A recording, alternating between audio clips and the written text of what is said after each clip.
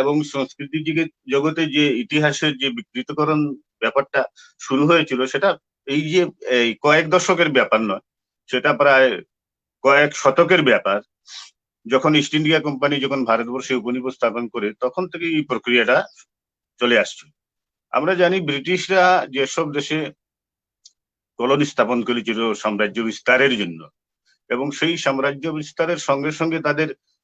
এই ইচ্ছাই ছিল যে যে দেশে তারা কলোনি স্থাপন করবে, ওই দেশের জনসাধারণের যে সংস্কৃতি ধর্ম সেটাকে নষ্ট করে, যে কোনো ভাবে বিকৃত করে ওই দেশে, সংশ্লিষ্ট দেশে খ্রিস্টান ধর্ম প্রচার করা, অর্থাৎ সমস্ত দেশকে খ্রিস্টান হিসাবে পরিণত করা। সেই যে প্রসেসটা, সেটা শুধু যে ব্রিটিশরা করেছিল এমন নয়, পর্তুগালরা করেছে, ডাচ যারা তারাও করেছে। তো আসলে ব্রিটিশদের যে সাম্রাজ্যবাদীকারী যে ইতিহাসের কথা, সেটা বিশ্বের যারা আছে সারা সবাই জানে। কিন্তু একটা প্রশ্ন জাগে যে ওরা তো যে দেশে উপনিবেশ স্থাপন করেছিল সেই দেশের স্থানীয় ভাষা বা ভারতবর্ষের ক্ষেত্রে হিন্দি ভাষা ওগুলো জানতো না, তাহলে তারা কিভাবে ওই ভারতীয় ধর্মগ্রন্থগুলা বিকৃত করে ছিল? হ্যাঁ, এটাই ফ্যাক্ট। তারা ভারতবর্ষের সংস্কৃত ভাষা শিখেছিল এবং ভারতবর্ষেরই কিছু লোকের সহায়তায় তারা ওই ভাষা শিক্ষা গ্রহণ করে, এবং ভারতবর্ষেরই কিছু লোককে ওরা নিযুক্তি দিয়েছিল ওদের কাজে সাহায্য করার জন্য। 1832 খ্রিস্টাব্দে বর্ডেন প্রফেসর অফ সংস্কৃত নামে অক্সফোর্ড ইউনিভার্সিটিতে একটা পদ স্থাপন করা হয়। জোসেফ বর্ডেন ইস্ট ইন্ডিয়া কোম্পানিতে ভারতবর্ষে লেফটেন্যান্ট কর্নেল ছিলেন। একজন রিটায়ার করার পর রিটায়ার সোলজার হিসাবে যখন উনি ইংল্যান্ডে ফিরে আসেন, তখন অক্সফোর্ড ইউনিভার্সিটিতে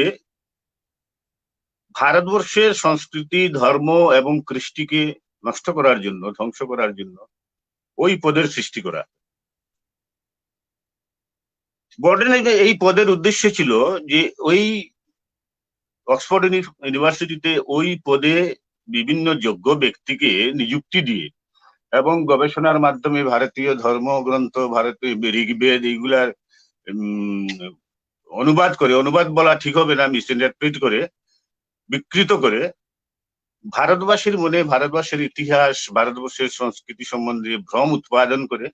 ভারতবর্ষকে পুরা খ্রিস্টিয়ান দেশে পরিণত করে। তো ওই ব্যাপারে ওরা একটা ব্রিটিশরা একটা টিম তৈরি করেছিল।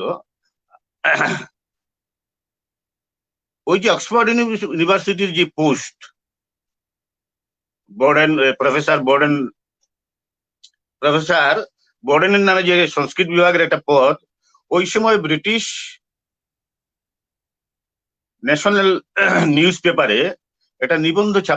ছাপা হয়েছিল যে ওই তখনকার সময়ে ওই যে এই সংস্কৃতের যে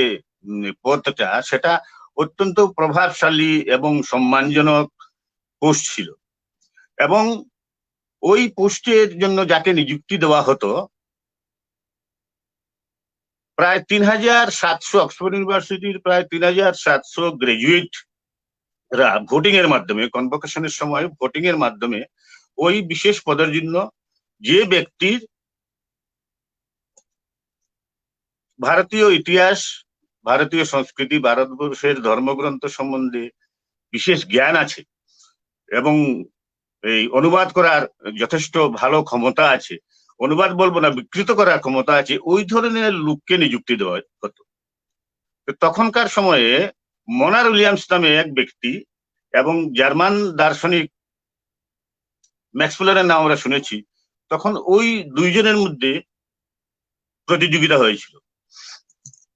আমরা জানি যে ম্যাক্স মুলার জার্মান দার্শনিক ছিলেন এবং উনি ভারতবর্ষে ঋগ্বেদ এবং অন্যান্য ধর্মগ্রন্থকে অনুবাদ করেছিলেন মানে বিকৃত করে অনুবাদ করেছিলেন,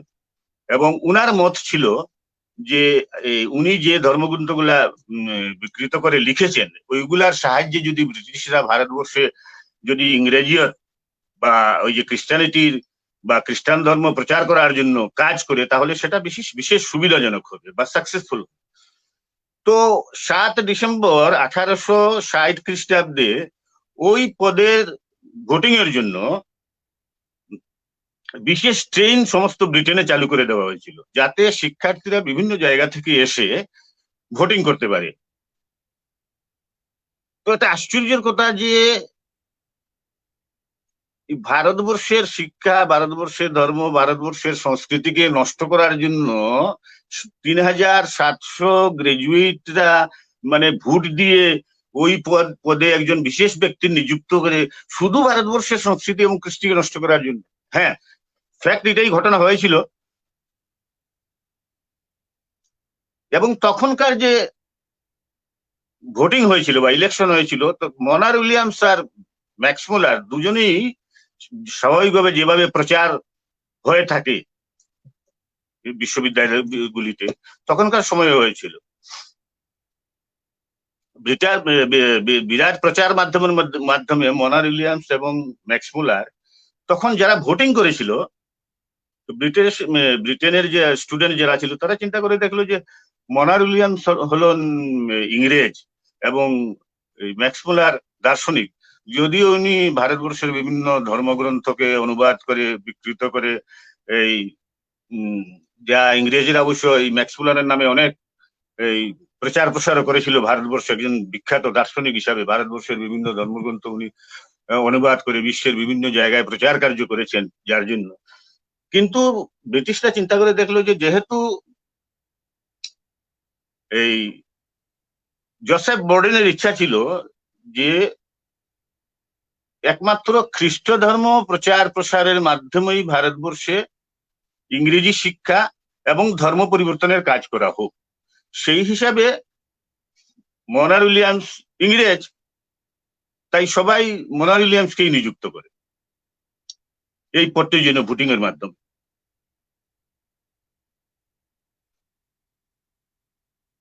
1832 খ্রিস্টাব্দে এই পোস্টের স্থাপনা করা হয়। কিন্তু ওই জোসেফ বর্ডেন উনার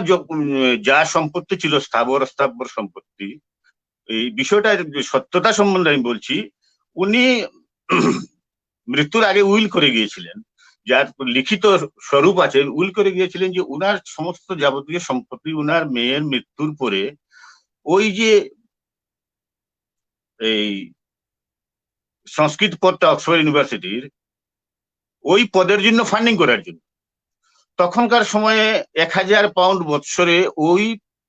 এই ভারতবর্ষে এই খ্রিস্টান ধর্ম প্রচারের জন্য এবং ইংরেজি শিক্ষা প্রচলনের জন্য ওই টাকাটা দেওয়া হতো। তো 1000 পাউন্ড মানে তখনকার সময় অনেক টাকা। তুই ব্রিটেনের একটা ব্রিটেন ন্যাশনাল একটা ম্যাগাজিন ছিল, ওই ম্যাগাজিনে তখনকার সময়ে একটা নিবন্ধ বেরিয়েছিল যে ওই যে প্রফেসর বর্ডেন অফ সংস্কৃত যে পোস্টটা অক্সফোর্ড ইউনিভার্সিটির, ওইটার প্রভাব এবং গরিমা এত বেশি ছিল যে ওই পদের নিযুক্তির জন্য বা ওই পদে কাজ করার জন্য সবাই লালায়িত থাকে। তো উনার মৃত্যুর পর যাতে সমস্ত সম্পত্তি ওই ইউনিভার্সিটিতে দান করা হয়, সেইভাবে উইল করে গিয়েছিল জোসেফ বর্ডেন।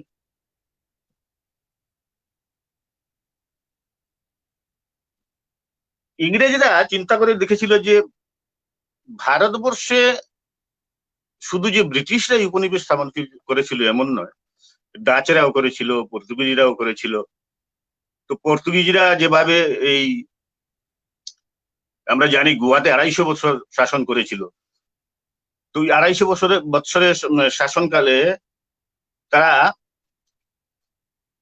যারা রোমান ক্যাথলিক যারা ছিল তাদের যারা মান্যতা দিত না বা পছন্দ করতো না বা বৈশ্যতা স্বীকার করতো না, তাদেরকে বন্দী বানানো, তারপরে এই বিভিন্নভাবে মৃত্যুদণ্ডে দণ্ডিত করে শাস্তি দেওয়া, সেই যে 250 বছর তারা এই গোয়াতে শাসন করেছিল, তারপরেও সম্পূর্ণ ভারতবর্ষে খ্রিস্টান ধর্ম প্রচার করা বা সবাইকে খ্রিস্টান বানানো সম্ভব হয়নি। কেন হয়নি?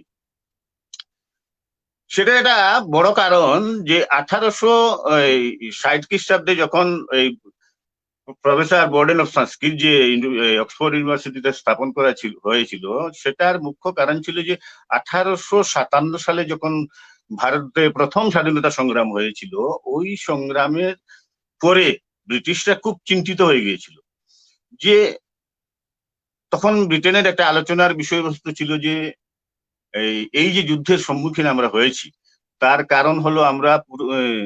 পুরোপুরি ভারতবর্ষকে খ্রিস্টানিটি করতে পারিনি, যার কারণে এই যুদ্ধের সম্মুখীন হয়েছে।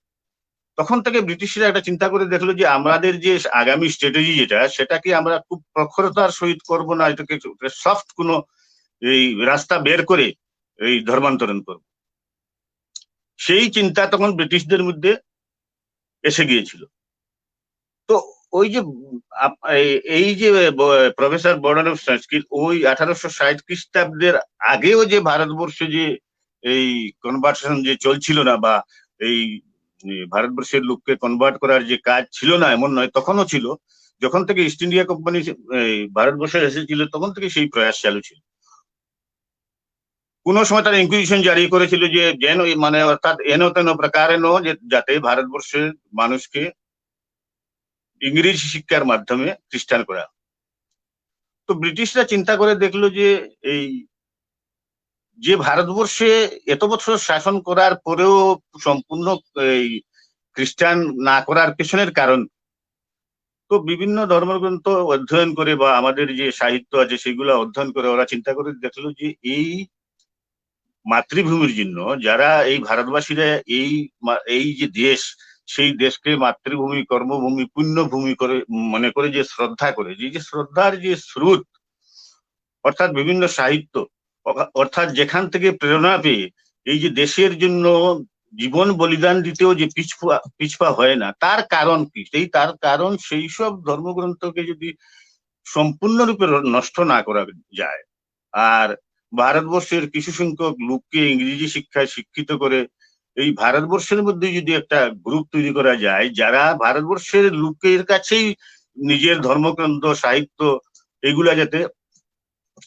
একটা কল্পনা বলে মনে হয়, এগুলা মিথ্যা বলে মনে হয়, এগুলা মিথ্যাক বলে মনে হয়, সেই ধরনের একটা পরিবেশ সৃষ্টি করার জন্য নতুন ভাবে ব্রিটিশরা সেই প্রয়াস শুরু করে ভারতবর্ষে আরম্ভ করে।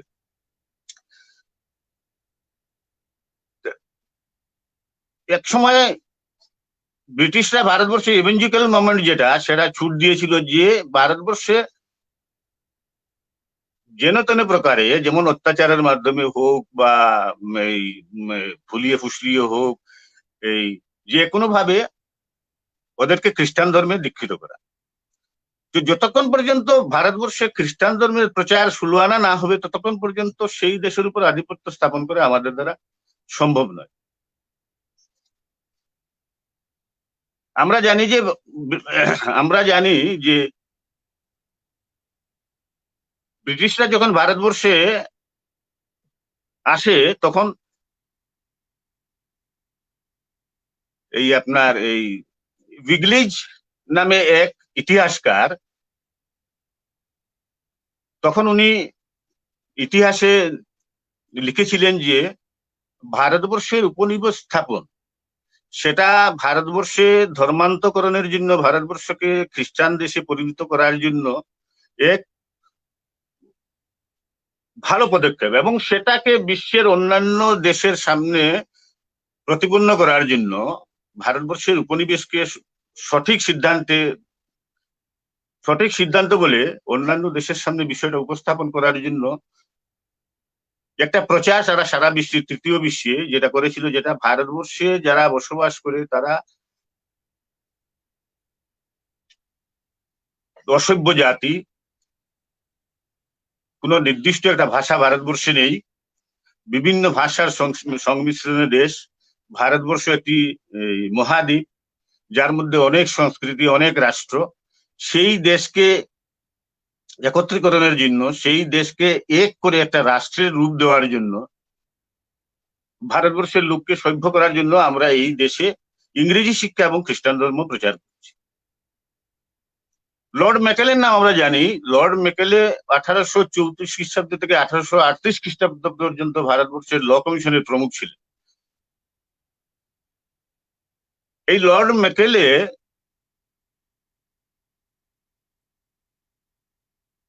তার যে ইতিহাসে উনি বর্ণনা করেছেন যে যে যতক্ষণ পর্যন্ত ভারতবর্ষে ইংরেজি শিক্ষা চালু করা যাবে না, বা শিক্ষার মাধ্যম যতক্ষণ পর্যন্ত ইংরেজি হবে না, ততক্ষণ পর্যন্ত সেখানে উপনিবেশ স্থায়ী লাভ করা সম্ভব নয়। সেই হিসাবে লর্ড ম্যাকলের নেতৃত্বে ভারতবর্ষে প্রায় 7 লক্ষ গুরুকুল বন্ধ করে দিয়েছিল, এবং সেই জায়গায় কনভেন্ট স্কুল অর্থাৎ ইংরেজি স্কুল চালু করার ক্ষেত্রে লর্ড ম্যাকলেরই সবচেয়ে বেশি অবদান। লর্ড ম্যাকলেরই কারণে এই ভারতবর্ষে এই 7 লক্ষ গুরুকুল বন্ধ হয়েছিল।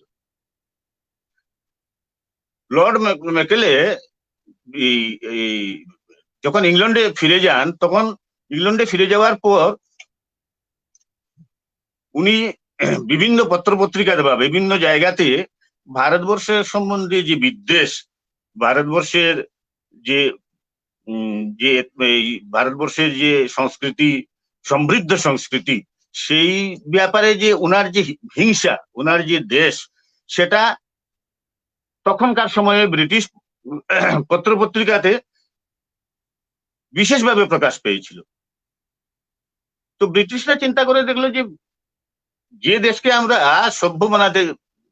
যাচ্ছি, যে দেশকে, সেই দেশের যেসব বীরাঙ্গনা নারীরা পর্যন্ত নিজের মাতৃভূমির জন্য, নিজের দেশের জন্য তলোয়ার হাতে নিয়ে রণক্ষেত্রে বেরিয়ে পড়ে, আর আমাদের দেশে উইচার্ডের নামে যেসব মহিলাদেরকে, যারা লিবারেল মহিলা, তাদেরকে আগুনে পুড়িয়ে হত্যা করা হয়, আর এই ভারতবর্ষের সেই সব মহিলারা এই নিজের স্বদেশ মাতৃকার রক্ষার জন্য রণক্ষেত্রে ঝাঁপিয়ে পড়ে। কি এমন কিছু আছে ভারতবর্ষের সংস্কৃতিতে, ভারতবর্ষের ধর্মগ্রন্থে, যে তারা নিজের জীবন উপেক্ষা করে এইভাবে বেরিয়ে আসে, এবং নিজের মান সম্ভ্রম এইগুলা রক্ষা করার জন্য, যে তখনকার সময় যে রাজস্থানের যে জোহর প্রক্রিয়া যে চালু ছিল, সেটাকেও ব্রিটিশরা সতীদাহ প্রথা নামে বিভিন্ন কুপ্রচার করে ভারতবর্ষে প্রতিষ্ঠিত করেছিল। আসলে তখন কি হয়েছিল, মুঘলরা যেখানে যে রাষ্ট্র আক্রমণ করতো, বিশেষ করে বিজিত রাষ্ট্রগুলিতে রাজ্য জয় করার পর সব মহিলাদেরকে নিজের হারেমে নিয়ে যেত, নিজের ভোগের সামগ্রী বানানোর জন্য। তো সেই সব মহিলারা, ভারতীয় বীরাঙ্গনারা, নিজের মান সম্ভ্রম রক্ষা করার জন্য, ওই মুঘলের ভোগ্যবস্তু না হওয়ার জন্য, মুসলমানের ভোগ্যবস্তু না হওয়ার জন্য নিজের জীবন বিসর্জন দিত।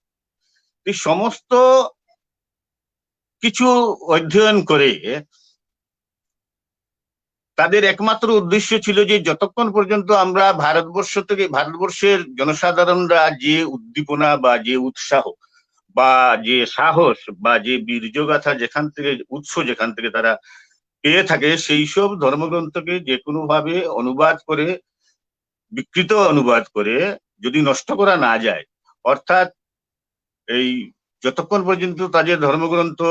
সংস্কৃতি সম্বন্ধে বিদ্বেষ ভাব তাদের নিজেরই মনে উৎপন্ন করা না যায়, ততক্ষণ পর্যন্ত সম্ভব। সেই প্রক্রিয়া ভারতবর্ষ স্বাধীন হওয়ার পরেও ব্রিটিশদের দ্বারা 1885 খ্রিস্টাব্দে যখন কংগ্রেস স্থাপিত হয় এবং 1947 ইংরেজির 15ই আগস্ট যখন দেশ স্বাধীন হয়, ওই সময় কংগ্রেসের হাতে ব্রিটিশরা যে ক্ষমতা হস্তান্তর করেছিল, তখনকার সময়ের প্রধানমন্ত্রী হয়েছিলেন জওহরলাল নেহেরু। আমরা জানি যে জওহরলাল নেহেরু সাম্যবাদী ছিলেন। তো জওহরলাল নেহেরুর হাতে ক্ষমতা হস্তান্তর হয়। যে বিকৃত ইতিহাস দিয়ে ধর্মান্তকরণের চেষ্টা ব্রিটিশরা এই কয়েকশো বৎসর ভারতবর্ষে করেছিল, এবং সম্পূর্ণ সাকসেসফুল না হওয়ার আগেই যখন দেশ বিভাজনের কারণে তারা ভারতবর্ষের ত্যাগ করতে বাধ্য হয়েছিল, সেই শিক্ষানীতি, সেই ভুল ইয়ে বর্তমান স্বাধীনতার পরে তখনকার যে তদানীন্তন সরকার, যাদের হাতে ক্ষমতা হস্তান্তর হয়েছিল, তাদের দ্বারা সেই শিক্ষাক্রম ভারতবর্ষে পুনরায় চালু হয়েছিল, সেটাই সবচেয়ে বড় যেটা দুঃখের যেটা বিষয় সেইটাই। অবিকল সেই শিক্ষানীতি ভারতবর্ষে জওহরলাল নেহরু প্রচলন শুরু করেছিলেন। আমরা জানি যে এই সেকুলার এই এই সাম্যবাদী বিচারধারার যে প্রধানমন্ত্রী জওহরলাল নেহরু এই ক্ষমতা আসার পর ভারতবর্ষের বিভিন্ন শিক্ষা প্রতিষ্ঠান এবং বিশ্ববিদ্যালয় যেগুলাতে আছে সেইগুলাতে সেই বিকৃত ইতিহাস এবং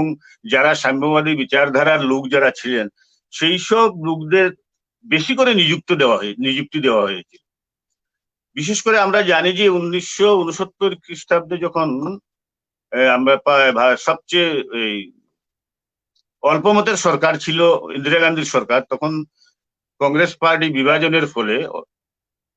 যে সরকার হয়েছিল অল্পমতে সরকার হয়েছিল। সেই সরকারকে টিকিয়ে রাখার জন্য যে ভারতবর্ষের যে বামপন্থীরা সাপোর্ট করেছিল। তো আজকের দিনে যদি সেই কোনো অল্পমত সরকারকে সাপোর্ট দিয়ে যদি সরকারে টিকিয়ে রাখা যায়, তো আজকের দিনে হয়তো ওই যে তথাকথিত পার্টিরা হয়তো কোনো বড় বড় বিভাগ যেগুলাতে অনেক টাকা পয়সা রোজগার করা যায়, ধন কামানোর রাস্তা আছে, ওই সব বিভাগগুলো তারা সরকারের কাছে বাধ্য করতো নেওয়ার জন্য। কিন্তু তখনকার সময়ে লেফটিস্টরা খুব চালাকি করে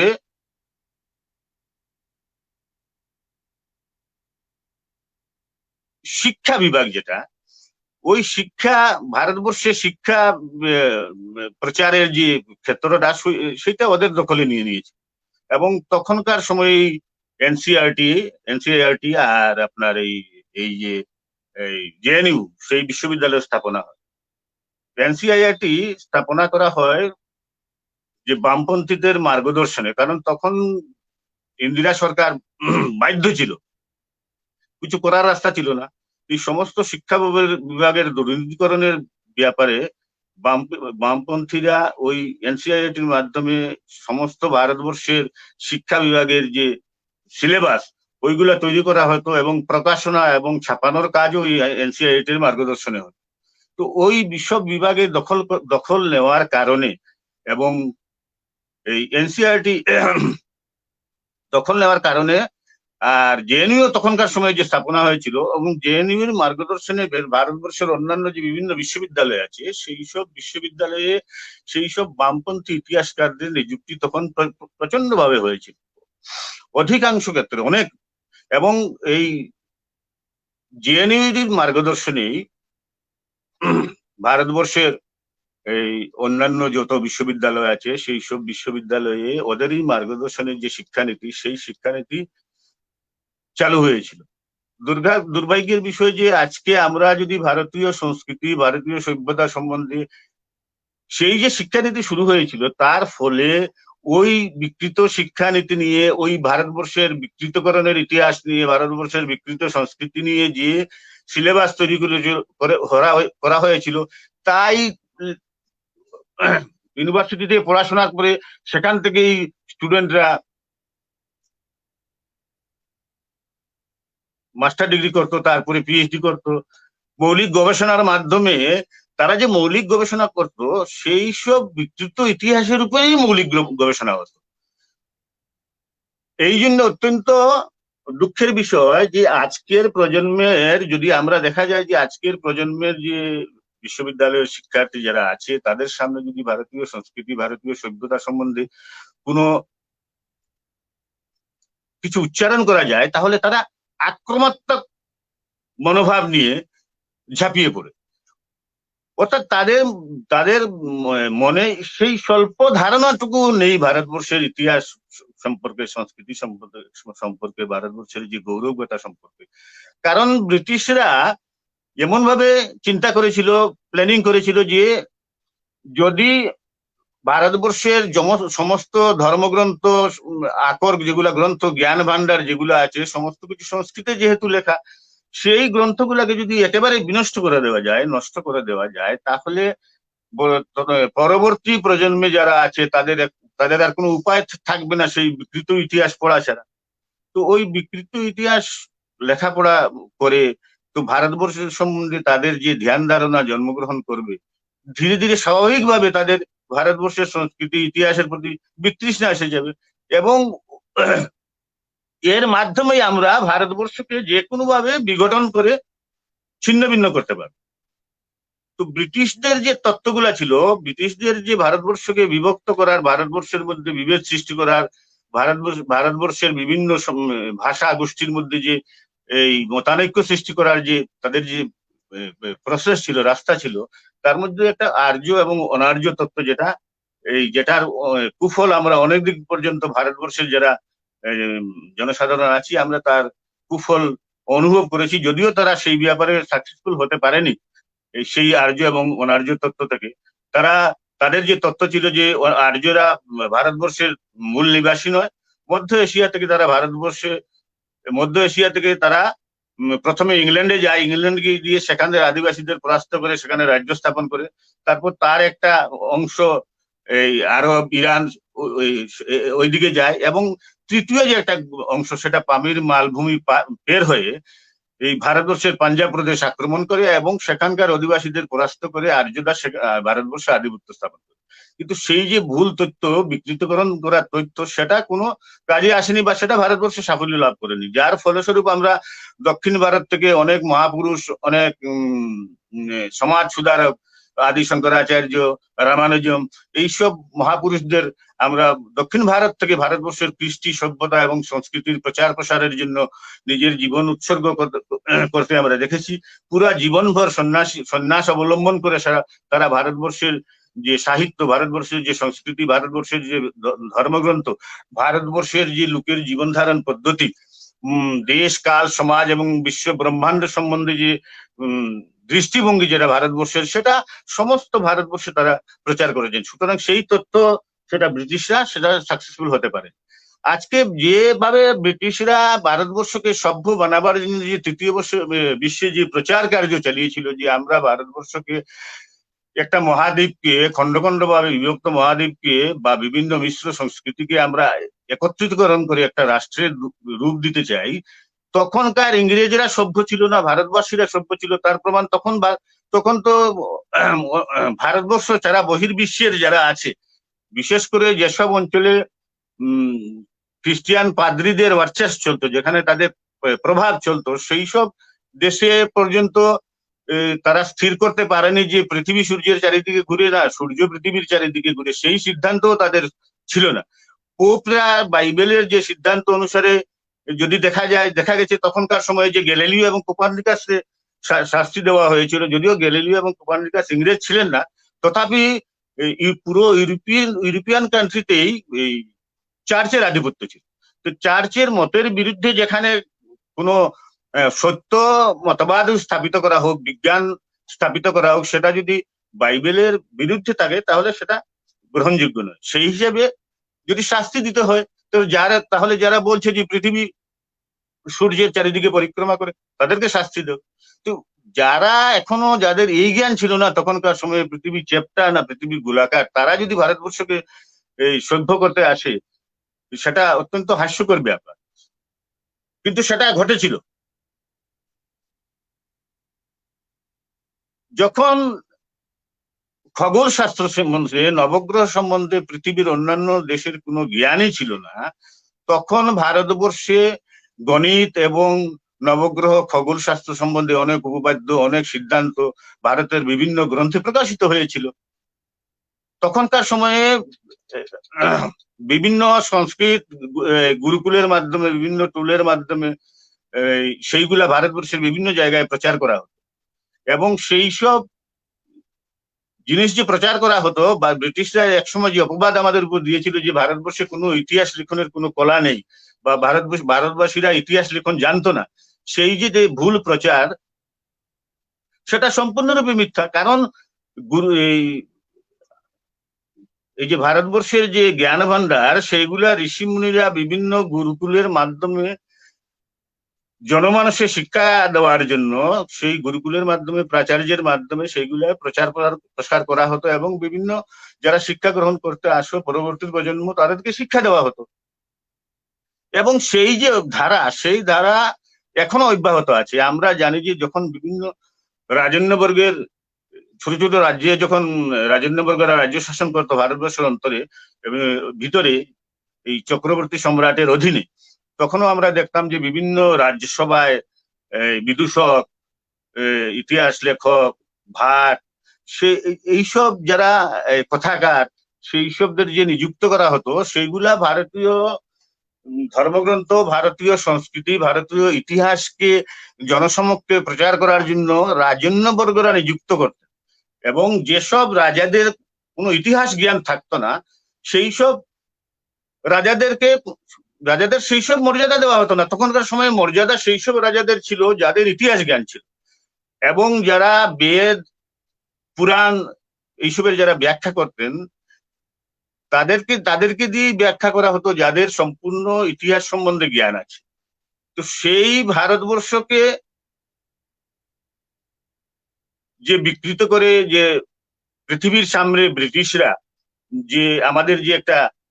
হিন্দু জাতিকে একটা বিশেষ এক সম্প্রদায়ে পরিণত করেছিল বিকৃত ইতিহাসের মাধ্যমে, তাদের এই বিকৃত ইতিহাসের মাধ্যমে এবং বিভিন্ন ধর্মগ্রন্থকে বিকৃত করার কারণে আমাদের সম্পূর্ণ হিন্দু সমাজ, যে হিন্দু জাতি হিসাবে সমস্ত বিশ্বে একসময় ভারতবর্ষের সুনাম ছিল, সেই জাতিকে, সেই ধর্মকে, সেই সংস্কৃতিকে একটা নির্দিষ্ট গণ্ডির মধ্যে সীমাবদ্ধ করে রেখেছিল। এবং সেই শিক্ষানীতিকে যখন ভারতবর্ষে যখন এই স্বাধীন হওয়ার পর, যখন কংগ্রেস সরকার, ইংরেজদের দ্বারাই প্রতিষ্ঠিত সরকার, 1885 খ্রিস্টাব্দে যে কংগ্রেস দল যে স্থাপনা করা ছিল, সেই দলের সরকারের মাধ্যমে সেই ভুল ইতিহাস যে ফলাফল, সেটা আজও পর্যন্ত আমরা তার থেকে নিষ্কৃতি পাইনি, এবং তার ফলাফল এখন পর্যন্ত চলছে। আমরা জানি যে ধর্মান্তকরণের ব্যাপারে যে ব্রিটিশ পিরিয়ডে যে ব্রিটিশরা সক্রিয় ছিল, তারপরে সেটা ভারতবর্ষে সেটা নিষ্ক্রিয় হয়ে গিয়েছিল না, সেটা আরো অধিকভাবে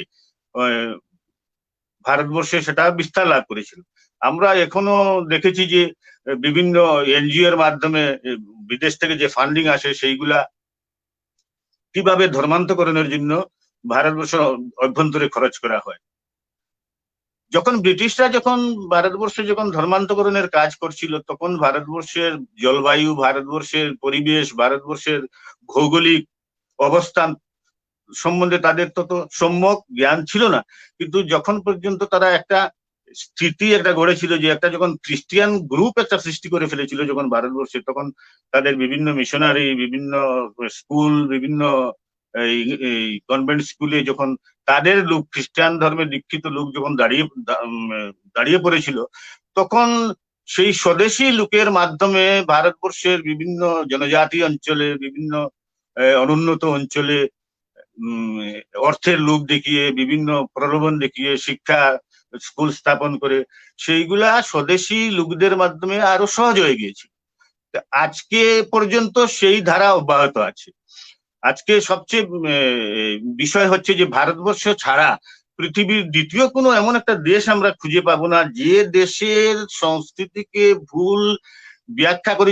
পরাধীন থাকার সময় স্বতন্ত্র কথা, আমরা পরাধীন ছিলাম, কিন্তু কোনো স্বতন্ত্র দেশ হওয়ার পর তার সংস্কৃতি, তার সভ্যতাকে পুনরুদ্ধার করেনি। সেই বিদেশি আক্রমণকারীদের দ্বারা ভুল বিকৃত করা ইতিহাস স্কুল, কলেজ, বিশ্ববিদ্যালয়ে সিলেবাস হিসাবে সেগুলা চালু করে সেই ভুল শিক্ষা পরবর্তী প্রজন্মকে, ভারতবর্ষের পরবর্তী প্রজন্মকে সেই ভুল শিক্ষা দেওয়া হচ্ছে, যার কারণে যত দিন যাচ্ছে আমাদের ভারতবর্ষে যে বিঘটনকারী তত্ত্ব, সেইগুলা ধীরে ধীরে প্রকাশ পাচ্ছে। দীর্ঘ 60-70 বছর ধরে যেটা তুষের আগুনের মতো সেই যে বিঘটনকারী তত্ত্ব, যেটা সমস্ত ভারতবর্ষের আনাচে কানাচে বিভিন্ন প্রত্যন্ত অঞ্চলে জ্বলছিল, তার প্রকাশ আমাদের সামনে ঘটেনি। তার কারণ তখন ভারতবর্ষে সেই ধরনের কোনো প্রতিরোধ গড়ে ওঠেনি। যে প্রতিরোধের কারণে, যে প্রতিবাদের কারণে, যে সংঘর্ষের কারণে আম জনসাধারণের সামনে যে বিষয়টা উত্থাপিত হবে, যে বা মানুষের যে দৃষ্টিগোচর হবে, সেই ধরনের কোনো অবস্থাই ঘটেনি, যার কারণে কোনো বাধার সম্মুখীন হয়নি। বর্তমানে বিভিন্ন ক্ষেত্রে প্রশ্ন উঠতে পারে যে এই দীর্ঘদিন যে সেই যে ব্রিটিশদের যে প্রচার কার্য, যে ব্রিটিশদের যে সেই যে ভারতবর্ষকে ধর্মান্তকরণের যে কুচক্র জাল যেটা আছে সেটাকে ভারতবাসী আমরা তার যে একটা প্রকটিত রূপ যেটা, তার তো একটা বিধ্বংসকারী যে অবস্থা, সেটা এতদিন আমাদের চোখে পরিলক্ষিত হয়নি। আজকে বিভিন্ন কারণে রাষ্ট্রবাদী পরিবেশ বা অনুকূল পরিবেশ সৃষ্টি হওয়ার কারণে সেই সব যে বিরোধী তত্ত্ব, সেই যে অরাষ্ট্রীয় তত্ত্বগুলো আছে, যেগুলাকে টুকরো টুকরো করে ছিন্ন বিচ্ছিন্ন করে দুর্বল করার যে যে তাদের যে উদ্দেশ্য বা তাদের যে প্ল্যান যেটা, সেটা সেই জায়গাতে বাধা প্রাপ্ত হওয়ার পরে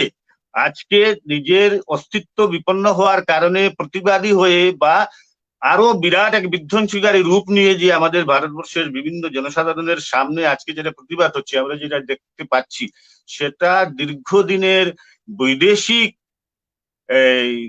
বিঘটনকারী তত্ত্বের কাজের ফলে, এবং সেই কাজ এই ভারতবর্ষের যারা অনুগামী তৈরি করে গিয়েছিল, অর্থাৎ স্বাধীনতার পরে যেসব নেতৃবর্গের কাছে যে ভারতবর্ষের স্বাধীনতা হওয়ার পর ক্ষমতা হস্তান্তর করা হয়েছিল তাদের অদূরদর্শিতার কারণে, এবং যাদের হাতে ক্ষমতা হস্তান্তর করা হয়েছিল সেই সব নেতৃবর্গের তখনকার সময়ে যে ভারতবর্ষের কৃষ্টি সভ্যতা এবং সংস্কৃতি সম্বন্ধে তাদের তাদের কতটুকু মমতা মায়া ব্যবধান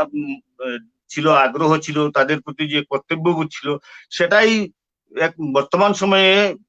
আলোচ্য বিষয় এবং চিন্তা করার বিষয়। আজকে যারা বিভিন্ন বীর যোদ্ধারা এই ভারতবর্ষের অখণ্ডতা অক্ষুণ্ণ রাখার জন্য দীর্ঘ 1000 বছর মুঘলদের সঙ্গে যুদ্ধ করেছেন, ব্রিটিশদের সঙ্গে ভারতবর্ষের স্বাধীনতা আন্দোলন আমরা অহিংস সহিংস আন্দোলনের মধ্যে নিজের জীবন বিপন্ন করেছেন, এই সংস্কৃতি, এই ধর্ম, এই পরম্পরা রক্ষার জন্য যারা বিসর্জন দিয়েছেন, সেই মনোভাব, সেই দৃষ্টিকোণ যাদের হাতে ক্ষমতা হস্তান্তর করা হয়েছিল, তাদের যদি সেই মূল্যবোধ যদি তাদের অন্তরে না থাকে, তাহলে অর্থের জন্য, ক্ষমতা দখলের জন্য, সেটা বিদেশি হোক বা যে কোনো বিঘটনকারী রাষ্ট্র হোক, তার আদর্শে তারা পথ চলবে, এবং স্বাভাবিক কথা। সেই যে দীর্ঘ যে দিন ধরে যে এই ভারতবর্ষে যে যে ক্ষতি সাধন যেটা এই সাংস্কৃতিক দিক দিয়ে আমাদের ধার্মিক দিক দিয়ে হয়েছে, সেই সংস্কৃতিকে পুনরুদ্ধার করার জন্য যে কোনো দেশে পরাধীন থাকুক, পরাধীন হওয়ার পর স্বাধীনতা প্রাপ্তির পর প্রত্যেক দেশ সেই দেশের মূল সংস্কৃতিকে পুনরুদ্ধার করার জন্য তার শিক্ষা ব্যবস্থা, তার সাংস্কৃতিক পরিকাঠামোকে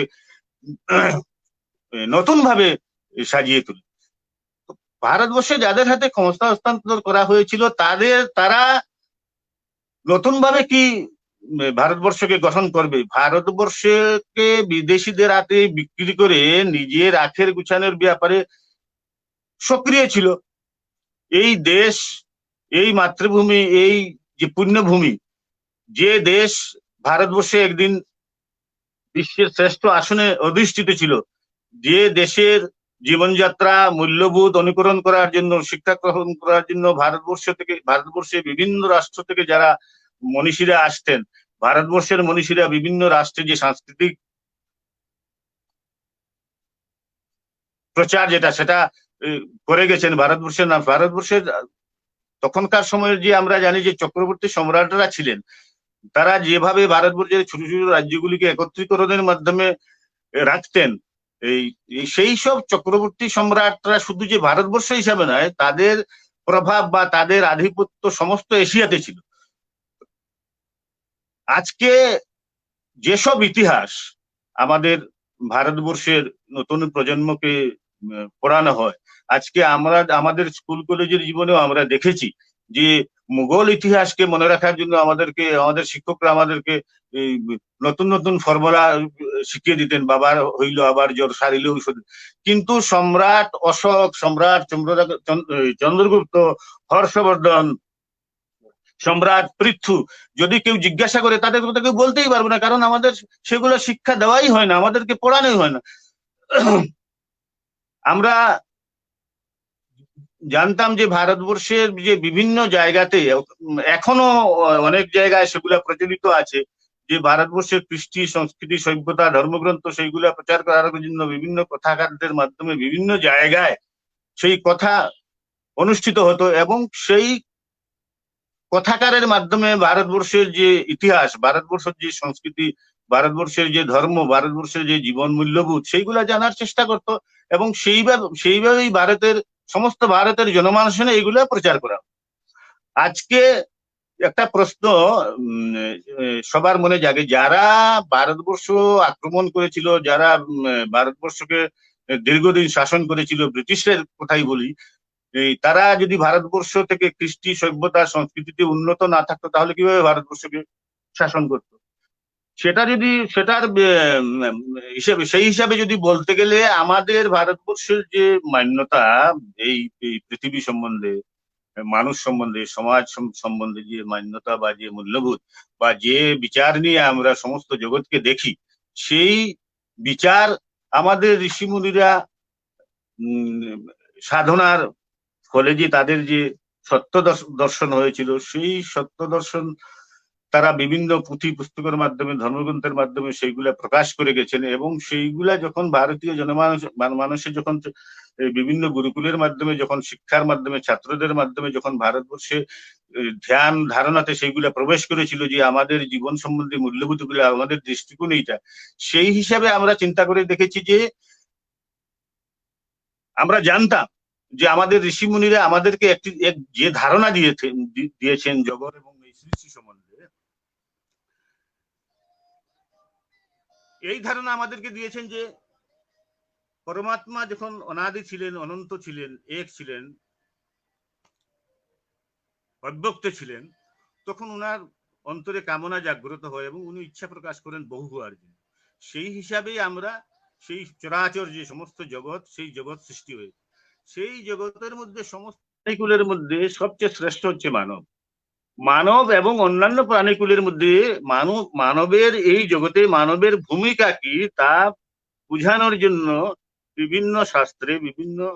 গ্রন্থে সেই উপদেশ আছে। আমাদেরকে বলা হয়েছে যে অন্যান্য প্রাণী থেকে আমরা কেন আলাদা। বলা হয়েছে আহার নিদ্রা ভয় মৈথুনঞ্চ সামান্যমেতৎ পশুর বিনরানাম তেষাম অধিক বিশেষ ধর্মেন হীনা পশু বিষয়। অর্থাৎ বাকি সমস্ত গুণ, একমাত্র বিবেক ছাড়া বাকি সমস্ত গুণ পশুর মধ্যে বিদ্যমান, শুধু অতিরিক্ত গুণ যেটা সেটা বিবেক। সেই বিবেকের কারণেই সমস্ত জগৎকে প্রতিপালন, পোষণ এবং রক্ষণাবেক্ষণের দায়িত্ব মানবকে দেওয়া হয়েছিল। আজকে সেই ধারণার বশবর্তী হয়ে, সেই আদর্শের বশবর্তী হয়ে আমরা ভারতবর্ষের ইতিহাসে কোথাও খুঁজে পাবো না যে ভারতবর্ষ অন্যান্য কোনো দেশে উপনিবেশ স্থাপন করেছিল বা অন্যান্য দেশের সম্পদ লুট করার জন্য সেই দেশ আক্রমণ করেছিল, সেই ধরনের কোনো নজির নেই। সেই বিচারবোধ ভারতবর্ষের মনে ছিল বলেই সেটা সম্ভব হয়নি। আজকে সেই ভাবধারায় বশীভূত হয়ে আমরা, বা সেই ভাবধারায় শিক্ষা লাভ করে আমরা যে জগৎবাসী বা অন্যান্য দেশের মানুষকে যেভাবে বিচার বা বিশ্লেষণ করি, সেই হিসাবে আমরা যেভাবে আমাদেরকে নিজেদেরকে চিন্তা করি, সেইভাবে বাইরের লোকদেরও চিন্তা করি, তখন আমাদের মধ্যে সেই কল্পনা থাকে না। কিন্তু আজকে ব্রিটিশদের যে বা মুসলমানদের যে ধর্ম শিক্ষা বা সংস্কৃতি সম্বন্ধে আমরা যা বুঝি, তাদের ধর্ম, তাদের সংস্কৃতি এক ব্যক্তিকেন্দ্রিক এবং বিশেষ এক পুস্তককে কেন্দ্র করে, এবং সেই পুস্তকে যা লেখা আছে তাহাই সত্য, এবং তার বাইরে যা কিছু তাহা মিথ্যা। তো অন্য ধর্ম সংস্কৃতি জ্ঞান ভান্ডারকে গ্রহণ করার যে মানসিকতা তাদের সংস্কৃতিতেই নেই।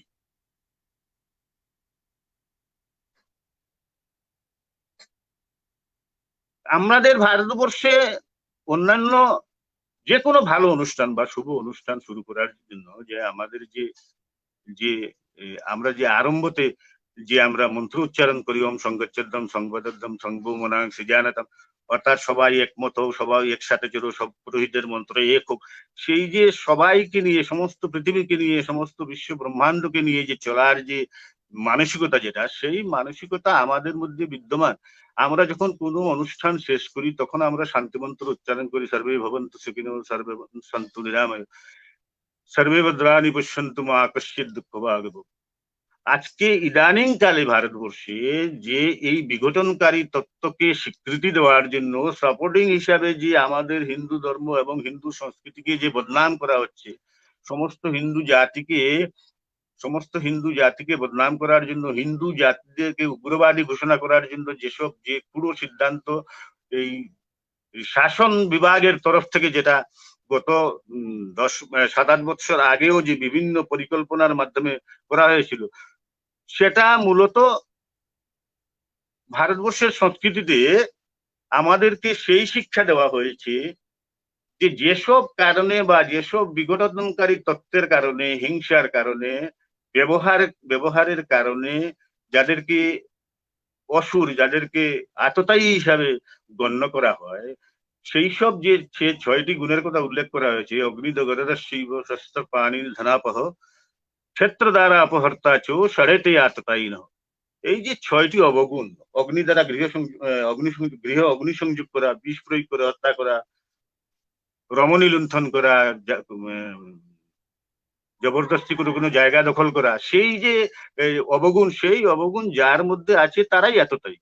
সেই যে ধারণা, সেই যে শিক্ষা, সেই সংস্কৃতি ভারতবর্ষের মনে থাকার কারণে, শিক্ষা থাকার কারণে ভারতবর্ষের হিন্দু কখনো উগ্রবাদী হতে পারে না। এবং আমাদেরকে সেই ধারণা দেওয়া হয়েছিল যাদের মধ্যে সেই অবগুণ আছে, সেই লক্ষণ যাদের মধ্যে দেখা যাবে তাদেরকে দেখা মাত্রই বধ করা উচিত। এই এত কঠিন এবং এত পুরো মানে এত এই কি বলা যায়, শক্ত শাসন প্রতিকার করে দেওয়া হয়েছিল যে গুরু বা বালবৃদ্ধ বা ব্রাহ্মণৌ বা বহুশ্রুতম আততায়ীনম আয়ান্তম হন্য দেবা বিচারে। অর্থাৎ গুরু কিংবা বালক কিংবা বৃদ্ধ অথবা বেদজ্ঞ ব্রাহ্মণও যদি হন, ওনার মধ্যে যদি সেই বিঘটনকারী, সেই যদি আসরিক প্রবৃত্তি দেখা যায়, তাহলে দেখা মাত্রই তাদেরকে বধ করা উচিত। সেই যে ধ্যান ধারণা মূল্যবোধ আমাদের মধ্যে ছিল, যার কারণে ভারতবর্ষের মানুষের একটা স্বতন্ত্র কল্যাণকারী একটা মূল্যবোধ জন্মগ্রহণ করেছিল। যে মূল্যবোধের কারণে, যে সংস্কৃতির কারণে এই যে ভারত ভূমি, সেই ভারত ভূমির প্রতি মানুষের এত প্রেম, মানুষের এত শ্রদ্ধা, মানুষের এবং এত ভক্তি, যার কারণে সেই মাতৃভূমি রক্ষার জন্য হাজার হাজার হাজার বছর ধরে যে বীর যোদ্ধারা নিজের জীবন বিসর্জন দিয়েছেন। আজকে আমাদের ভারতবর্ষের ইতিহাসে শিবাজির কথা খুঁজেই পাওয়া যায় না, রানা প্রতাপের কথা খুঁজে পাওয়া যায় না, বিকৃত করে ইতিহাস লেখা হয়েছে। আকবর মহান ছিলেন, আকবরের বিভিন্ন উন্নয়নমূলক কাজে সহযোগিতা রানা প্রতাপ সহযোগিতা করেননি। শিবাজির যে কীর্তি কাহিনী, শিবাজির যে হিন্দুত্বকে, সেটাকে সামনে তুলে ধরা হয়নি। আজকে গুরু তেগ বাহাদুর এই মাতৃভূমির জন্য নিজের শীষ কাটিয়েছেন। জোরাবর সিং, ফতেহ সিংকে এই দেওয়ালের ভিতরে বন্ধ করে হত্যা করা হয়েছিল। এই যে এত যে বীর গাথা, সেইগুলা যদি আমাদের যে পরবর্তী প্রজন্ম আছে, যে যুবকরা আছে, ছাত্ররা আছে, যারা দেশের ভবিষ্যৎ, তাদের সামনে যদি উদাহরণ স্বরূপ না থাকে, তাদের কাছে যদি এই স্বীকৃতি দেওয়া হয়, এই প্রস্তাব রাখা হয় যে ভারতবর্ষ অনুন্নত দেশ ছিল, ভারতবর্ষের কোনো শিক্ষা ব্যবস্থা ছিল না, ভারতবর্ষের কোনো ইতিহাস ছিল না, ভারতবর্ষের কোনো অতীত ছিল না, ভারতবর্ষে এক অসভ্য জঙ্গলি জাতিদের দেশ ছিল, ব্রিটিশরা ভারতবর্ষে এসে আমাদেরকে সভ্য করে, সেই ভুল তথ্য যদি ইউনিভার্সিটিতে, কলেজে, বিশ্ববিদ্যালয়ে যদি সেইগুলার শিক্ষা দেওয়া হয় এবং সেই শিক্ষা গ্রহণ করে আবার তারা ওই বিশ্ববিদ্যালয়ে অধ্যাপক হয়, সেই ক্রমান্বয়ে সেই ধারা অব্যাহত থাকে এবং সেটার উপরে আবার ছাত্ররা মৌলিক গবেষণা করে, বিকৃত ইতিহাসের উপর যদি মৌলিক গবেষণা আবার হয়, সেটা বিকৃত হবে না, আরো বিকৃত হবে। সেই যে শোচনীয় অবস্থা, তার থেকে বেরিয়ে আসার একমাত্র কারণ সমস্ত ভারতবর্ষের যে বর্তমান প্রজন্ম আছে তাদের সঙ্গে সম্পর্ক স্থাপন করে প্রেম ভালোবাসার মাধ্যমে তাদের সামনে ভারতবর্ষের ইতিহাস তুলে ধরা। আজকের যে সময়ে যে অনুকূল পরিবেশের সৃষ্টি হয়েছে, সেই পরিবেশকে কাজে লাগিয়ে যারা রাষ্ট্রকামী লোক, যারা রাষ্ট্রবাদী লোক, যারা দেশের কল্যাণ আমরা চাই, তাদের প্রত্যেকের প্রচেষ্টা হওয়া উচিত আজকে আমরা যদি এই এতদঞ্চলে বিশেষ করে বরাকভ্যালিতে আমরা যদি দেখি, যে আমাদের মধ্যে অনেক সচ্ছল ব্যক্তিরা আছেন, যারা শিক্ষক আছেন, যারা অধ্যাপক আছেন, অনেক আছেন যারা। আমরা যদি নিজের ব্যক্তি সত্তার থেকে উপরে উঠে সমাজের সঙ্গে নিজেকে যদি সমাবিষ্ট করতে না পারি, সমাজ থেকে যদি উপরে উঠে রাষ্ট্রের সঙ্গে নিজেকে সমাবিষ্ট করতে না পারি, রাষ্ট্রের উপরে উঠে যদি বিশ্ব কল্যাণ সঙ্গে যদি বিশ্বের সঙ্গে যদি নিজেকে সম্পৃক্ত করে না করতে, নিজেকে যুক্ত করতে না পারি, তাহলে সেই গণ্ডির মধ্যে সীমাবদ্ধ থেকে আমরা আমাদের আশেপাশের যে বিঘটনকারী তত্ত্ব আছে, আমাদের আশেপাশের যে দরিদ্র অশিক্ষিত যে সমাজ আছে, যারা অনগ্রসর সমাজ আছে, এই তাদেরকে যতক্ষণ পর্যন্ত উন্নত করা যাবে না, তাদেরকে যতক্ষণ পর্যন্ত বাকি অন্য সমাজের সঙ্গে সমতা আনা না যাবে, ততক্ষণ পর্যন্ত ভারতের সার্বিক উন্নতি করা কখনো সম্ভব। আজকে বিভিন্ন ক্ষেত্র থেকে সবাইকে এগিয়ে আসতে হবে। আজকে যদি আমরা ইদানিংকালের কিছু ঘটনা যদি আমরা পর্যবেক্ষণ করি বা দেখি, আজকে যে পুষ্পেন্দ্র কুলশ্রেষ্ঠকে আমরা বিভিন্ন মিডিয়ার মাধ্যমে ভারতবর্ষের সংস্কৃতি ইতিহাস সম্বন্ধে আমরা বিভিন্ন বক্তব্য শুনি ওনার মুখ থেকে, এবং জ্বলন্ত বক্তব্য, মানুষকে প্রেরণা দেওয়ার মতো বক্তব্য। আজকে এমন এই ধরনের অনেক আরো অনেক উপযুক্ত গণ্যমান্য শিক্ষিত প্রতিভারা আমাদের এই ভারতবর্ষের শিক্ষা বিভাগে আছেন। যদি এক ব্যক্তি ভারতবর্ষের সমস্ত ভারতবর্ষে এক ব্যক্তি যদি ভারতবর্ষের সংস্কৃতি, ভারতবর্ষের সভ্যতা, ভারতবর্ষের ইতিহাস নতুন করে আবার এই নতুন প্রজন্মের সামনে রাখার কারণে যদি একটা যে পরিবর্তন, এটা অলৌকিক পরিবর্তন, যে প্রত্যেক যুব সমাজের মধ্যে, প্রত্যেক জনমানুষে যে পরিবর্তন আসছে, আজকে যদি সেই ধরনের 10 জন 15 জন অধ্যাপক যদি বেরিয়ে আসেন যে এই রাষ্ট্রের কল্যাণের জন্য চিন্তা করে, তাহলে কি অভূতপূর্ব পরিবর্তন আসবে সেটা আমরা কল্পনাও করতে পারবো। আমরা যারা বিভিন্ন ব্যবসায়ীরা আছি, যারা বিভিন্ন জায়গাতে আছি, আমরা অর্থ উপার্জন করছি, কিন্তু আমাদের যে পারিপার্শ্বিক যে সমাজ আছে, সেই সমাজে যে বিঘটনকারী তত্ত্বরা কাজ করছে অত্যন্ত নীরবে, সেটার প্রতি যদি আমরা নজর না দেই, তাহলে তাহলে আমাদেরও একটা ভূমিকা আছে। যারা দেশ এবং সমাজের জন্য বিভিন্ন সামাজিক সংস্থার হয়ে কাজ করছে, যার যতটুকু সময় আছে, যেভাবে যে সময় দিয়ে কাজ করছে, তাদেরকে তাদের সাহস দেওয়ার জন্য, তাদেরকে প্রেরণা দেওয়ার জন্য সমাজের বিভিন্ন স্তরের সবাইকে আসতে হবে। সবাইকে আসার ফলে আজকের যে যে যে অনুকূল পরিবেশ আমরা দেখতে পাচ্ছি, সেই পরিবেশটাকে যদি আজকের সময়ে, আজকের যুগেও যদি আমরা কাজে লাগাতে না পারি, তাহলে যদি আমরা এখন যদি আমরা পিছিয়ে যাই, তাহলে আবার আমাদের সংস্কৃতিকে, আমাদের এই সভ্যতাকে পুনরুদ্ধার করা আমাদের দ্বারা সম্ভব নয়। যেভাবে যেভাবে প্রয়াস ধীরে ধীরে চলছে, যে আবার ভারতবর্ষকে পুনর্মূল্যায়নের জন্য, ভারতবর্ষের সভ্যতা এবং সংস্কৃতিকে নতুন ভাবে বিভিন্ন শিক্ষা পাঠ্যক্রমের মাধ্যমে নতুন ভাবে সমাজের সামনে উপস্থাপন করার জন্য, সেই কাজের পরিণাম স্বরূপ যে বিরোধী তত্ত্বগুলা এখন আমাদের সামনে বেরিয়ে আসছে, এই হিসাবে যে তাদের যে এত বছরের পরিশ্রম, তাদের যে এত বছরের কাজ, যেটা বিফলে যাওয়ার পথে দেখা যাচ্ছে, সেটাকে যদি মাঝপথ থেকে আমরা যদি পেছন থেকে যদি সবাই বা সমস্ত ভারতবাসীর যদি প্রেরণা, উৎসাহ বা সাপোর্ট না থাকে, তাহলে আমরা হয়তো এমন এক জায়গায় ঠিক এই উন্নতির বা যে আমরা আমাদের যে লক্ষ্য, ভারতবর্ষকে একজন সমৃদ্ধ প্রতিষ্ঠিত দেশ হিসাবে পৃথিবীর মধ্যে স্থাপনা করা, ঠিক তার দোরগোড়ায় এসে হয়তো আমরা আবার বিফল হয়ে ফিরে যাব। তাই আমাদের সবার উচিত, এবং প্রত্যেকের কাছে যারা বিভিন্ন ভাবে, বিভিন্ন সামাজিক সংস্থাতে থেকে, বিভিন্ন ধার্মিক সংস্থাতে থেকে, বিভিন্ন এনজিওতে থেকে যেভাবে প্রতিনিয়ত কাজ করছেন, তাদেরকে নৈতিক দিক থেকে দেখে, যাদের সময়ের কোনো অনেক দাম বেশি, যারা সময় একদম পান না, তারাও বিভিন্ন ভাবে চেষ্টা করলে নিজের দৈনন্দিন জীবনকে যদি আমরা ব্যবস্থিত করি, তাহলে কোনো না কোনো ভাবে সেই হিতকারী, রাষ্ট্রহিতকারী তত্ত্বকে আমরা যে কোনো ভাবে সাহায্য করতে পারবো। এই এই এই আশা এবং এই উদ্দেশ্য নিয়ে আমরা যদি আমাদের সেই যে দীর্ঘকালীন যে পরাধীনতার ইতিহাস, গ্লানি, সেটা যদি আমরা আমাদের শিক্ষা ব্যবস্থা এবং সমাজ থেকে দূর করতে পারি, তাহলে একজন ভারতবর্ষের নাগরিক হিসাবে এই পৃথিবীতে জন্মগ্রহণ করার কারণে আমার যে মানবিক দায়িত্ববোধ, যে আমার যে কর্তব্যবোধ মানুষ হিসাবে, তার যদি সামান্য ছিটেফোঁটা নিদর্শন আমি রেখে যেতে পারি, তাহলে আমরা মনে করব নিজেদেরকে ভাগ্যবান বলেই মনে করব। এতটুকু আমার আজকের। আবার ধন্যবাদ নীলাঞ্জন দাকে। দাদা আপনাকে ধন্যবাদ। একটা জিনিস তো সত্য যে আপনি আপনার এই অল্প সময়ের মধ্যে ভারতবর্ষের বিকৃতিকরণের ইতিহাস যেভাবে আমাদেরকে তুলে ধরেছেন, সেজন্য আমরা নিশ্চয়ই আপনি বুঝতে পারছেন যে আওয়াজ আসছে তো দাদা? হ্যাঁ, তো বিকৃতিকরণের ইতিহাসের যে চিত্র আপনি তুলে ধরেছেন সেটা সত্যি কথা যে আজকের দিনে ভারতবর্ষের মধ্যে যে ইতিহাস যেটা আমরা পাচ্ছি, সেই 60 বছরের যে